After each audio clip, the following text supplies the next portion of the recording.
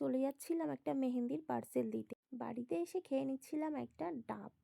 খাওয়ার পর আমার বোনকে এখানে আমি একটু রেডি করিয়ে দিয়েছিলাম। ওর বিয়েবাড়ি যাওয়ার ছিল। সবাই মিলে ওরা বিয়েবাড়িতে যাচ্ছিল। আমার বোনকে কেমন লাগছে একটু কমেন্টে জানাবে। মেজো বোনকেও ওখানে সাজিয়ে দিয়েছিলাম। একটু ছোট ছোট ভিডিও ক্লিপ নিচ্ছিলাম ভ্লগে অ্যাড করার জন্য। বাবুও বিয়েবাড়িতে যাচ্ছিল, কিন্তু ওর নজর কুকুর বিড়ালের দিকে, ও কুকুর ধরতে যাচ্ছে। বাড়িতে এসে এখানে বিছানার অবস্থা খুবই খারাপ ছিল, ওটা গুছিয়ে আমি খেয়ে নিচ্ছিলাম বিরিয়ানি। বাড়িতে কেউ ছিল না, যেহেতু পাপা এনেছিল ওই কারণে বিরিয়ানি। আর আমি এখানে খেয়ে নিচ্ছিলাম, আর এখানে প্র্যাকটিসও করছিলাম। মা এনেছিল চকলেট, ওরা তো কেউ বাড়িতে ছিল না, আমার একার জন্য এনেছিল। মা একটা প্রেস্টিজের প্রেসার কুকার কিনেছিল, ওটাই আমাকে দেখাচ্ছিল। আর এই চামচটা বেশ আমার ভালো লেগেছে। মা এই চামচটা নতুন কিনেছে, কিন্তু খুব সুন্দর দেখতে।